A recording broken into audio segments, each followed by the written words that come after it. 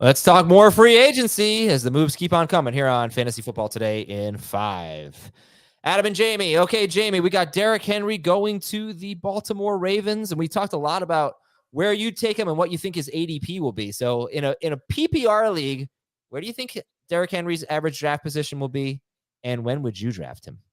I think his ADP will end up being in round 2. I know that sounds probably aggressive, but I think people will still look at the situation, his production, the potential of what he can be in Baltimore playing alongside Lamar Jackson, and get excited about that. And I totally get it. It's a upgraded scenario for him from where he was in Tennessee behind that offensive line with the quarterback situation he had there.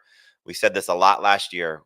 Wins versus losses, trailing versus playing with the lead. The Ravens are typically going to be one of the better teams when everybody's healthy, and I would anticipate that being the case. So I think people will get excited about Derrick Henry and probably reach for him in round 2. Maybe his ADP settles in round 3. For me, I'll be looking for him at the earliest, the very, very earliest, be the middle to the end of round 3, but I would prefer to draft him in round 4, and I do not think he will get there. And how much better do you think he is than Joe Mixon, who goes to the Texans?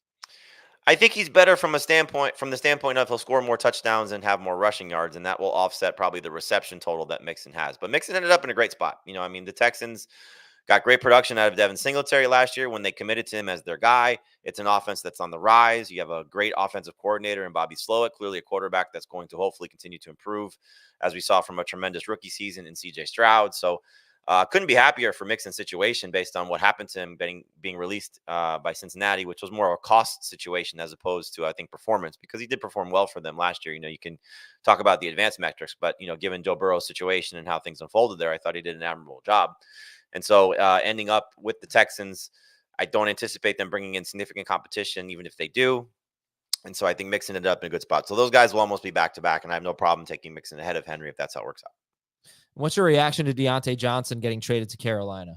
It's a good situation for him if things improve for Bryce Young. I think Dave Canales coming there as the head coach will make things better for this offense, upgraded the offensive line, but obviously Bryce Young was pretty bad last year. That being said, he did get some very good numbers out of Adam Thielen, and clearly Diontae Johnson, a younger, hopefully better version of Adam Thielen from just what, be able to, from a production standpoint, and so we'll see how this receiving core finally shakes out. If they're done adding to it, I don't think that they are, because I don't know if Jonathan Mingo is going to, become something of significance. I hope he does, but I'm just not very optimistic there. So Thielen at his age, Diontae Johnson as a stopgap, I would not be surprised if when they get to their second round, because we know they lost their first round pick, that they look at wide receiver and hopefully upgrade the position from a long-term standpoint for Bryce Young's sake. But I think Diontae Johnson is still firmly entrenched as a number 3 fantasy receiver, and probably still better in PPR than none.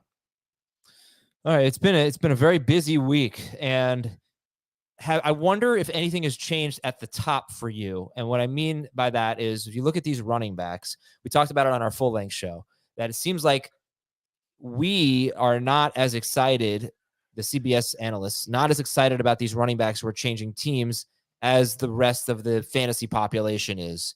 So I'm wondering, if you have the first pick in your draft, should it be Christian McCaffrey? Should we prioritize the stud? Maybe you could say it's been a bad offseason for the running back position so far, a bad week for the running back position, at least in terms of the depth.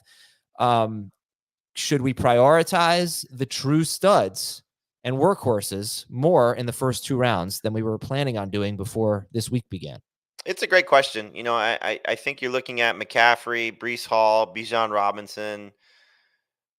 For me, those are the top 3 guys, and I don't think there's going to be a lot that pushes me off of those 3.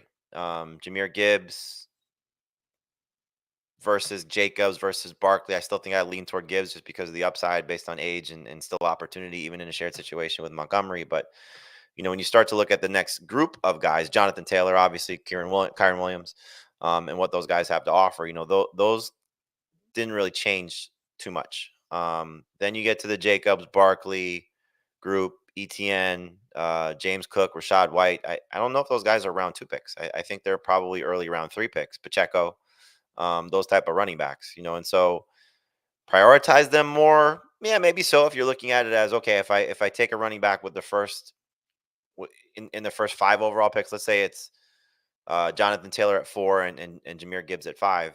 And then knowing that when you get to, middle to the back end of round 2, there's still going to be some very good receivers available to you. It's probably a smarter way to draft. All right, that is it for Fantasy Football Today in 5. Keep it locked here for more updates in free agency throughout the week.